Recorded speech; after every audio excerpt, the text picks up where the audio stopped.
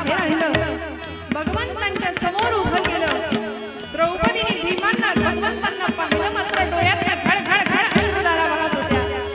भगवंतांनी द्रौपदीचं सांत्वन करावं आणि म्हणावं, वेडे अगं मी तुझ्याकडे रिकाम्या हाताने आलो असं तुझी तक्रार आहे ना, पण तू विसरतेस द्रौपदी, सगळं सैन्य बारीक वाजवत चाललं।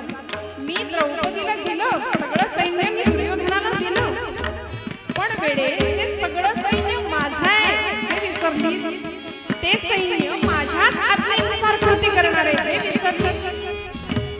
द्रौपदीची समजूत काढावी भगवंतांनी, अज्ञानाचा भ्रमाचा एक पडदा होता तो दूर झाला आणि खऱ्या अर्थी कळलं, भक्तीपाशी देव घालत तसे उडी, धूत असे घोडी अर्जुनाची, बळीने बांधिला गोपींनी वेष्टीला, पार्थरथी झाला सारथी तो।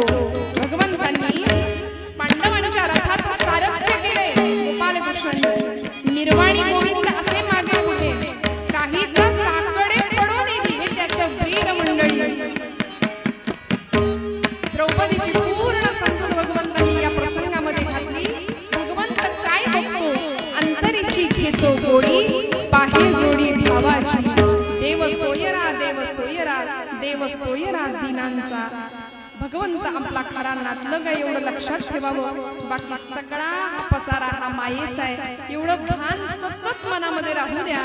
प्रपंच तर नेटका करायचाच आहे, फाटका तुटका प्रपंच संतांनाही मान्य नाही, उत्तम प्रपंच करायचा, पण ते करत असताना परमार्थ सुद्धा आमचा तितक्याच उत्तम पद्धतीने घडावा ही संतांची अपेक्षा।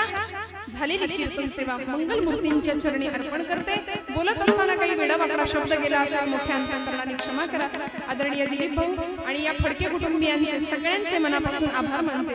भाऊंचं काम या क्षेत्रातलं सुद्धा खूप मोठं आहे। सगळ्या कीर्तनकारांच्या वैयक्तिक ओळखी, सगळ्या कीर्तनकारांचे नंबर पाहिजे असतील तर तिकडे जायचं, असं एक छान व्यक्तिमत्व कायम खूप म्हणजे भाऊ म्हणते तसंच प्रेम आहे। मनापासून या कुटुंबियांचे आशीर्वाद मागते, सगळ्यांना धन्यवाद देते। आमचे हे सर्व साथीदार मंडळी मनापासून सर्वांना नमस्कार करते आणि भगवंतांकडे सगळ्या संतांनी जे मागणं मागितलं